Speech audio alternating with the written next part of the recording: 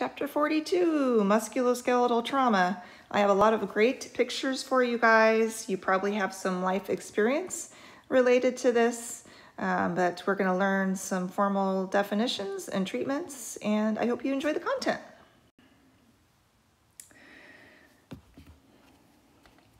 So here's some quick definitions. So a contusion is a soft tissue injury produced by blunt force.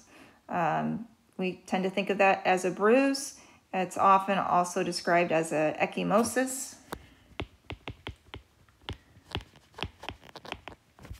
And it usually involves pain, swelling, and discoloration. A strain is an injury to the muscle and tendon due to stretching or excessive stress. That can happen as a sports injury, or it could happen in daily life, gardening. This is characterized by pain, edema, muscle spasm. Could have that ecchymosis, like I mentioned, could be associated with the sprain. And the loss of function is ranked from first to third degree. A first degree would be a mild strain versus a third degree would involve loss of function and decreased mobility. So whereas a strain is injury to the muscle and tendon, a sprain is injury to the ligaments. And a ligament, again, attaches bone to bone. And this can be due to a twisting or overextension. A sprain is also ranked from first to third degree. Again, first degree would be mild, and a third degree would be complete loss of function and complete rupture of the joint. And so an ACL tear is known as actually a third degree sprain. And then we have dislocations where the bones have been displaced, and a dislocation of the shoulder is pretty common. And then a lesser degree separation at the joint is a subluxation, and that's known as a partial dislocation.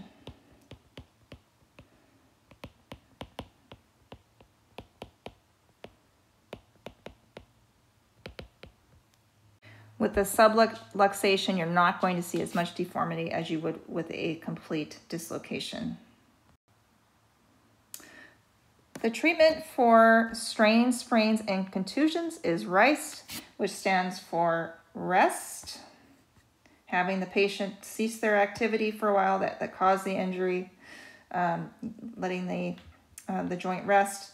And of course, ICE, because that's going to cause vasoconstriction, which reduces bleeding, edema, and it's also going to work through the gate control theory of pain.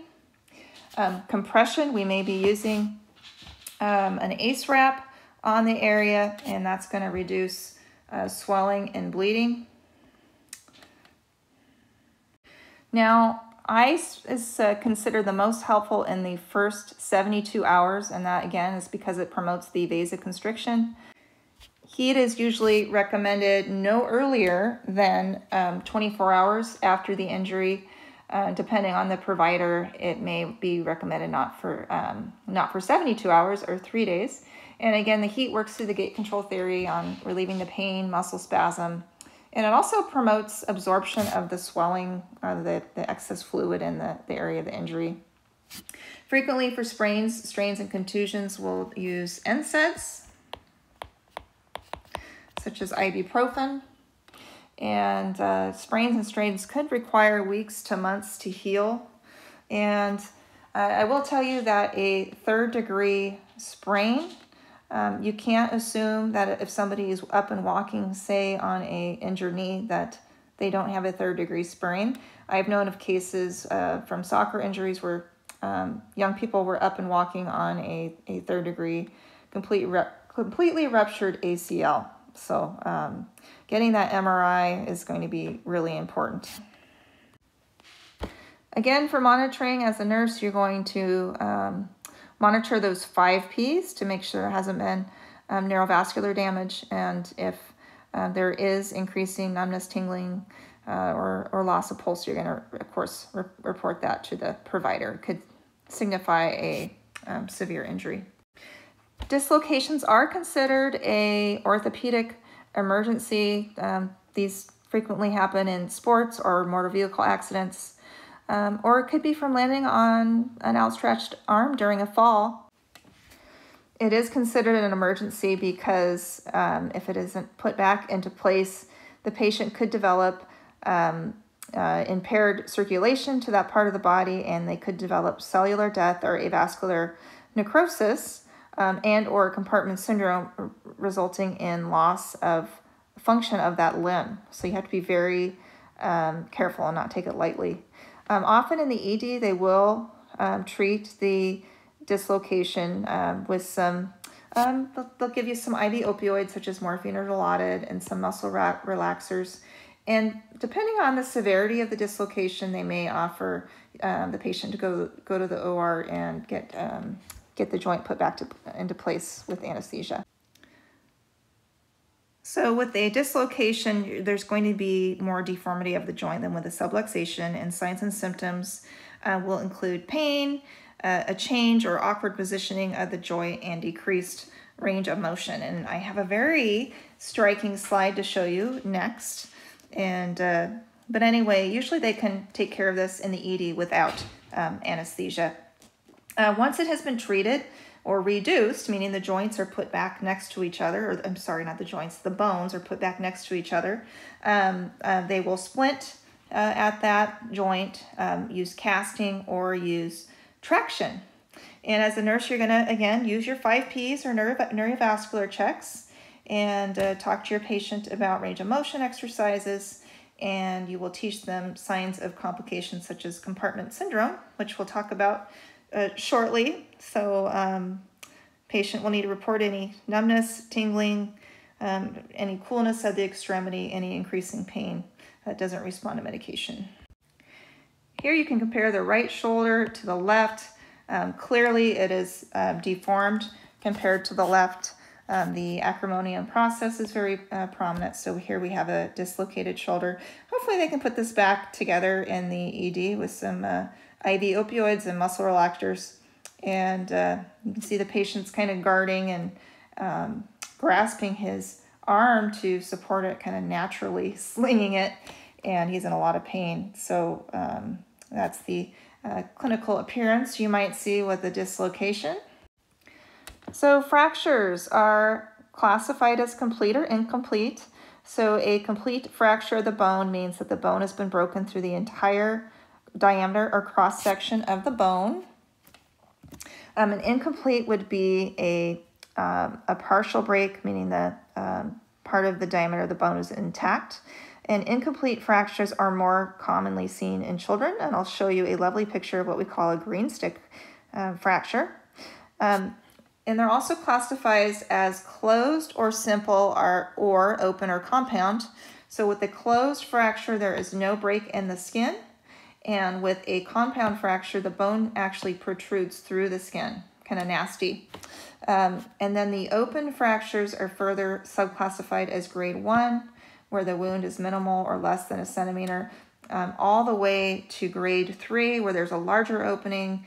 The bone is highly contaminated, and there's also extensive soft tissue damage. We could see this with a car accident, and that's considered the highest grade of open fracture.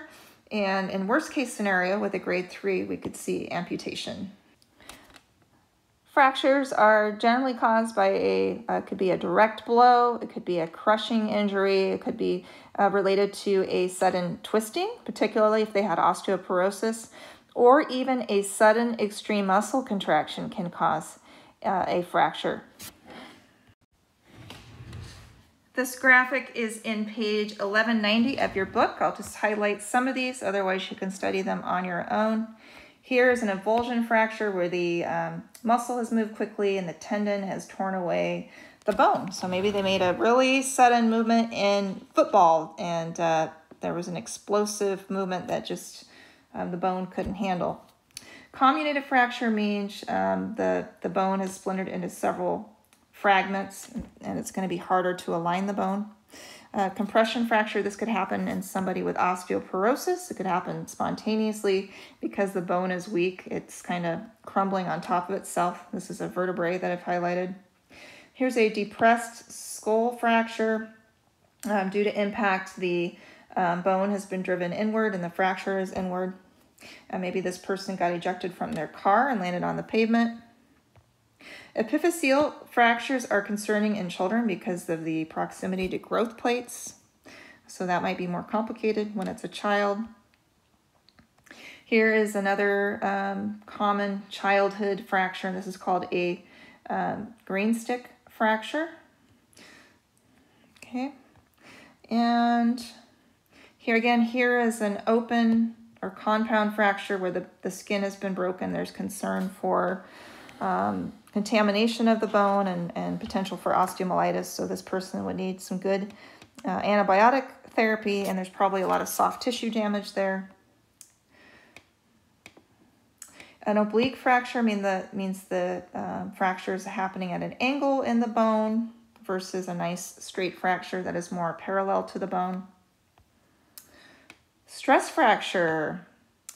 This could happen in athletes. This is one of the long bones, but often runners can get stress fractures in their feet if they don't have enough rest periods, or maybe they're not getting enough calcium or D.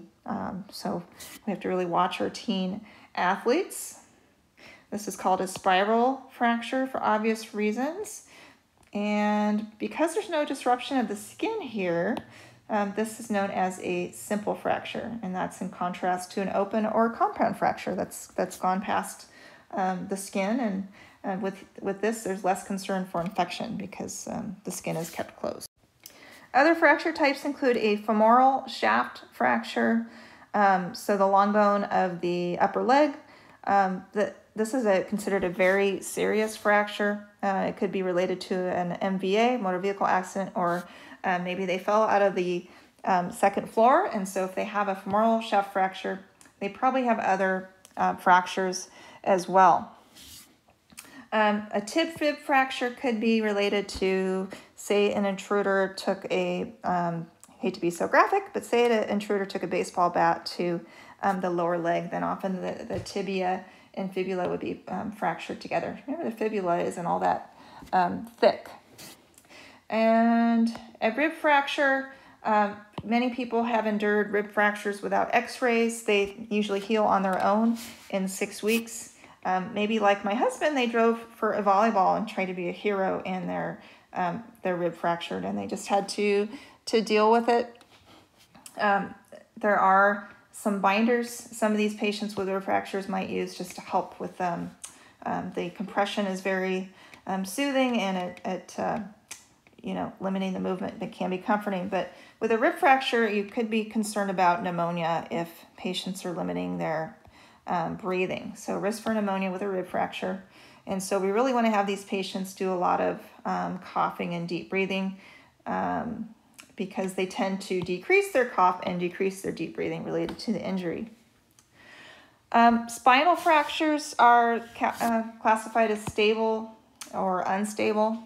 It's the T12 to L2 area that is most vulnerable. And again, this is going to be from a serious injury like a MVA, fall, athletic collision, or interpersonal violence. With what's called a stable spinal fracture, that's less severe. We just want to keep the head of the bed less than 30 degrees, and usually these will improve over several days. Okay, and unstable spinal fractures where there's a lot of potential for the spine because the bone is so badly fractured, it could be potential for the spine to degenerate and hurt the spinal cord, possibly cause a spinal cord injury. Usually those are treated within 24 hours surgically. Treat within 24 hours. And hopefully this helps you. Okay, because we don't want a spinal cord injury. So an unstable spinal fracture would have damage to the anterior and posterior of the vertebrae, versus a stable fracture would have just partial damage of the vertebrae. With the unstable spinal fractures, sometimes they're turned in bed with a special device that's designed to keep alignment of the back, and often a brace would be worn over the body with the unstable spinal fracture. You know, you may not see this a lot unless you work on a trauma unit, but it's good to be aware of. Manifestations of a fracture, hopefully you intuitively know some of this based on just life, but it's going to be pain, loss of function of the limb, could have a deformed look to the limb based on the level of injury. You may see a shortening of the extremity, such as with a fractured hip. Often one leg will be shorter than the other. With crepitus, depending on the severity of the injury, you may have bone fragments that are rubbing together. So there could be that awful sound. It sounds like a crackling or grating because those, again, those bone ends are grinding together. Kind of creepy. Often you will see swelling and discoloration. My daughter's friend had a fractured ankle and it swelled up to the size of a grapefruit. So it can be mild or it can be severe depending on the level of fracture. Usually they're diagnosed by the report of symptoms, such as the symptoms above, and x-ray, okay? And usually there's a history of an injury to the area, unless it's a little old lady with osteoporosis.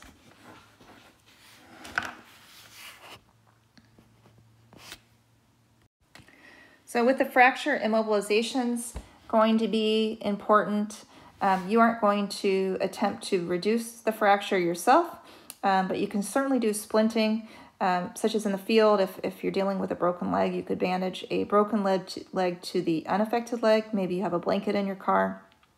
A fractured arm could be bandaged to the chest as a form of splinting. You're going to assess the 5 Ps after you do splinting for increased paresthesia, pain, any increasing paralysis, pallor, and you're going to assess those pulses. There is going to be risk for infection with any open fracture, so antibiotic treatment should be prompt. Yeah, you want to determine if the splinting has changed the neurovascular status. If there is an open wound with the open compound fracture, you're going to cover it with a sterile dressing if you have one on you in the field. Maybe if you're a layperson, you have one in your car, or if you're a first responder, hopefully you have a sterile dressing as practice. And again, do not attempt to reduce the fracture yourself or realign those bone fragments. Leave that to the doctor. You can cause further injury. Here's an example of a splint used in the field. So the idea is to cover the length of and go past the point of injury so that the whole limb is supported.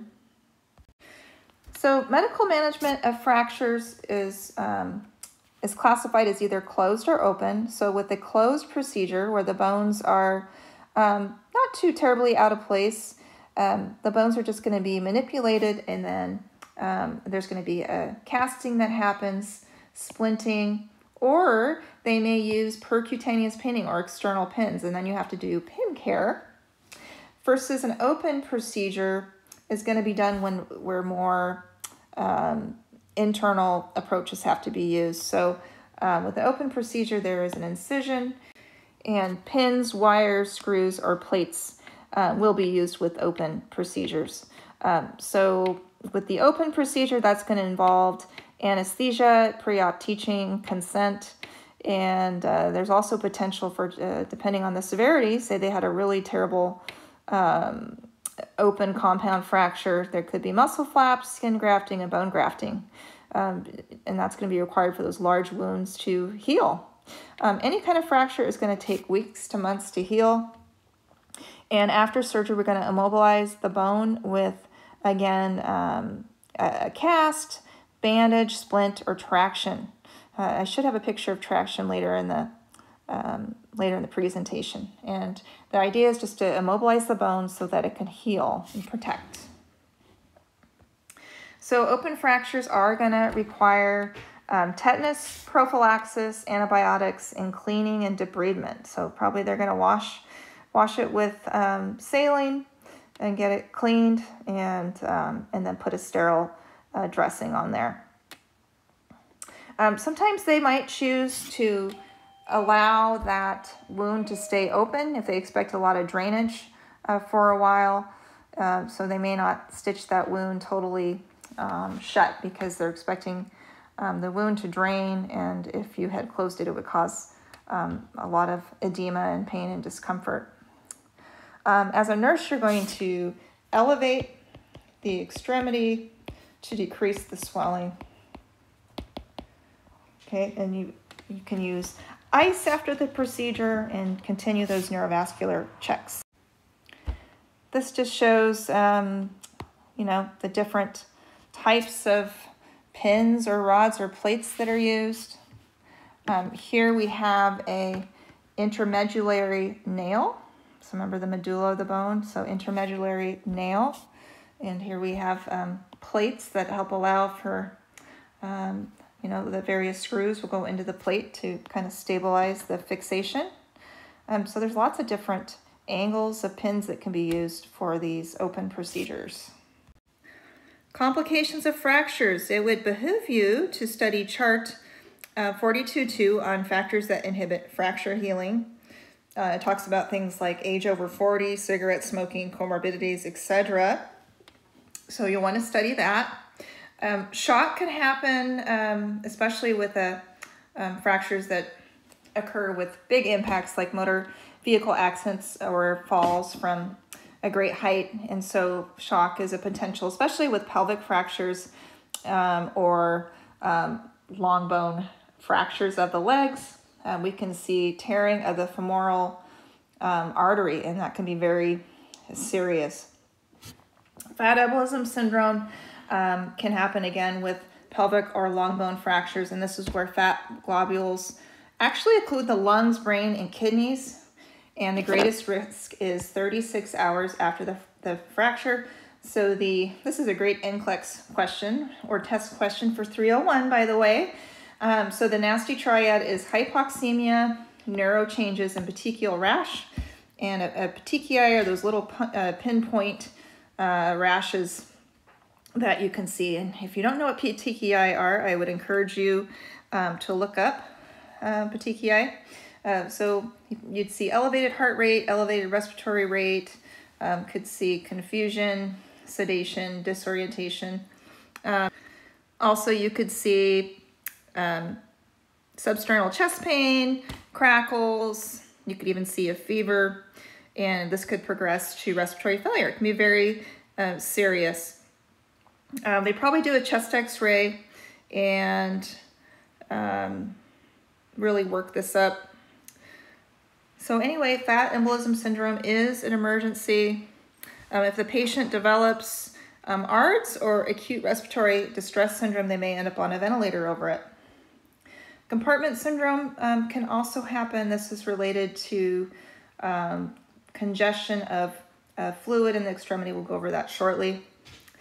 Delayed union and non-union are also potential things that can happen. With delayed union, the bone is just not healing within the expected time.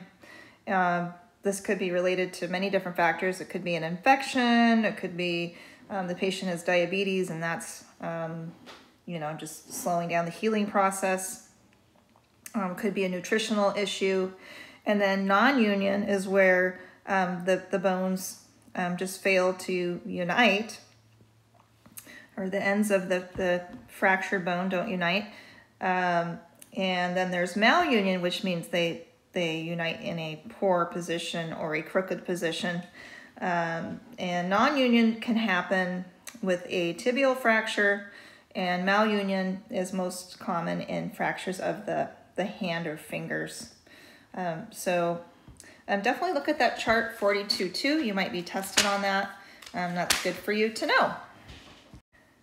So compartment syndrome is a potential complication of a fracture, or of it can even follow surgery on a fracture. It's characterized by elevation within an anatomic compartment, and remember that there's fascia that covers muscle and bone, and there's different anatomic compartments in the body, so it's a closed system. So with compartment syndrome, because of the pressure, the perfusion pressure falls below tissue pressure, and so there's decreased blood flow to the limbs, and if this persists, this can cause nerve and muscle damage, so it's considered an emergency. Your patient would complain of a deep throbbing pain that the medication is just not touching. Paresthesia and numbness are early signs of the nerves being deprived of blood flow. The muscle might look swollen, might feel hard, might feel shiny, so the muscle or the extremity could look that way. Tissue pressure will often be measured by a surgeon with what's called a Wick catheter. I think I have a slide showing that shortly. I think it was at Kaiser Sunnyside, there was a FemPop bypass graft that went into compartment syndrome. They caught it early. The patient had a fasciotomy, meaning they cut through the fascia to release the pressure, and they left the wound open for 3 to 5 days, somewhere in there, and this allowed the pressure to just distribute. And sometimes patients will need skin grafts to close the opened area. So anyway, if your patient complains of a deep throbbing pain that does not respond to opioids, maybe the pulse has diminished, maybe they went from a 2+ to a 1+, or even pulseless, although pulselessness can be a late sign. You can have a weak pulse and still have compartment syndrome. So you'd want to report that to the physician. If they have a cast on, they'll probably they'll want that cast split for the patient, or they may need to do a fasciotomy, as I said. Often with compartment syndrome, pain will increase even with passive range of motion. Passive range of motion means that you are moving the patient's extremity. And for treatment, again, you're going to call the surgeon, open the cast or splint. You can call a rapid response team, or call your ED. They'll know exactly what to do. And then you want to maintain the limb at the level of the heart. And earlier I mentioned that this helps perfusion to the extremity, versus if you elevate the limb, say it's the leg and you elevate it above the heart, you actually make it harder for the heart to perfuse that limb when there's the pressure in the anatomic compartment. So be really careful, treat it seriously. If the situation is not reversed within 4 hours, your patient could have permanent nerve damage and loss of muscle or function. And this could even progress to amputation or necrosis of the skin bone. So yeah, none of these are pleasant. And after the fasciotomy, of course, they're risk for infection, so they're probably going to be on antibiotics.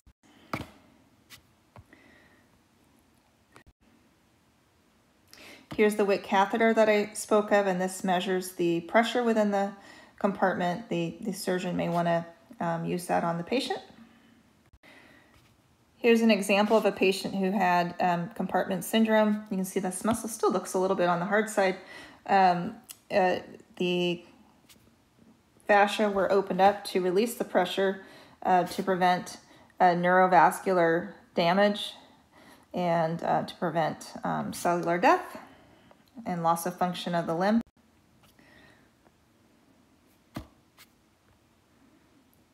I'm not going to go into too much depth about all the different fractures, but I'll just highlight some things. Fracture treatment is going to be very similar principles, no matter what the fracture is, but this is a clavicle fracture. You can see here the break, and for a relatively straightforward clavicle fracture, they probably use a clavicle strap to immobilize it, and this is actually enough to help those bones to align.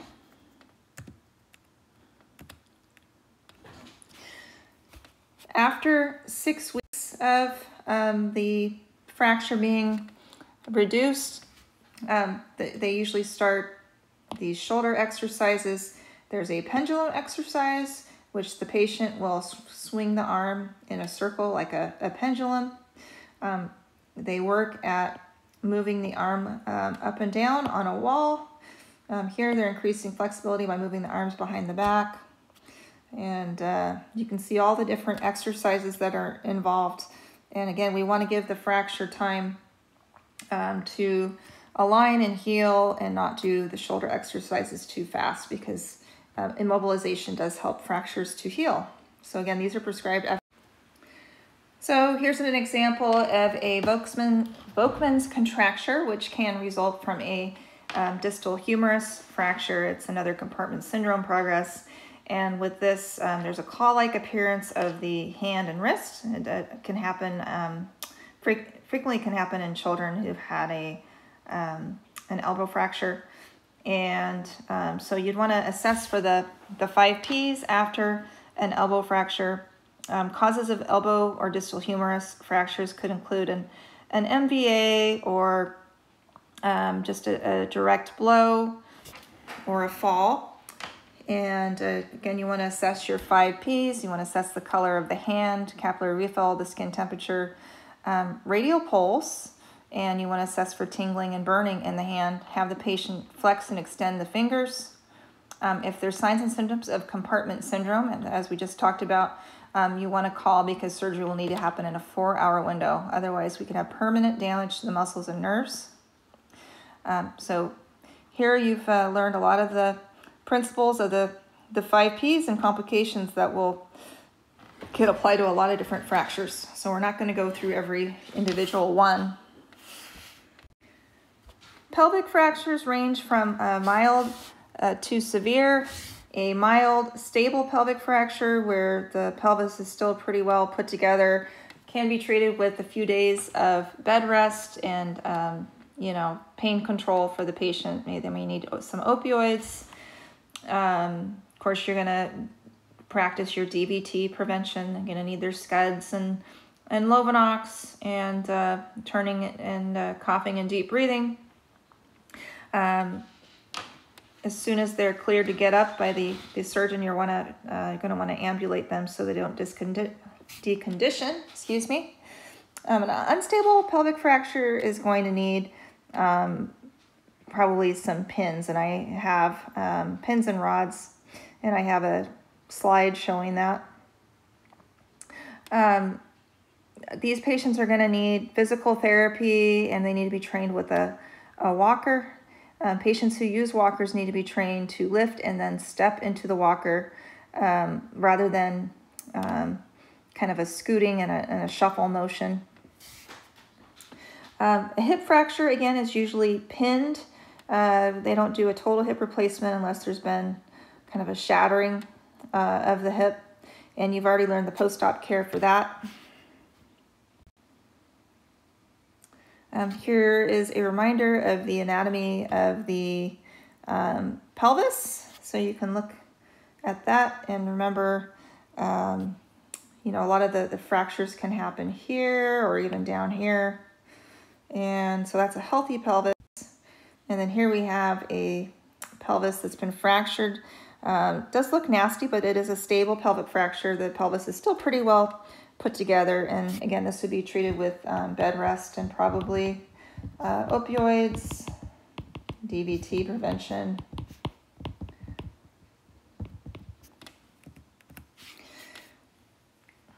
So this is treated conservatively. Most pelvic fractures will heal quickly because there's pretty good blood supply, and if the sacrum, here's the sacrum, if the sacrum is fractured, the patient is actually at risk for paralytic ileus. So you're going to want to watch their bowel tones really carefully. If the coccyx is fractured, the patient would benefit from what's called a sitz bath. This is a warm bath that some hospitals will be set up for. So just again, the whole principle of heat is going to help that feel better. And we'd also want to prescribe stool softeners for a fracture of the coccyx so that patients don't have to strain when they defecate, because that can elevate the pain. So for obvious reasons, these are called unstable pelvic fractures. These patients may have been in a car accident. Here it looks like there might have been a femur driven into a dashboard, which put a lot of stress on the acetabullar area. But a pelvic girdle may be applied to stabilize the pelvis and compress any bleeding vessels. These patients are at risk for bleeding out because the pelvis is well supplied with blood. Once these patients are stabilized, they might have it's called an ORIF, open reduction internal fixation, where there's a lot of pins and rods put in the pelvis. So pelvic fractures are going to require a lot of force to happen. Like I said, it could be an MVA, a fall onto extended legs, or being struck from above with a falling object. So that, yes, they are very severe, and probably this person's going to have a lot of other associated injuries. So definitely risk for shock with this injury.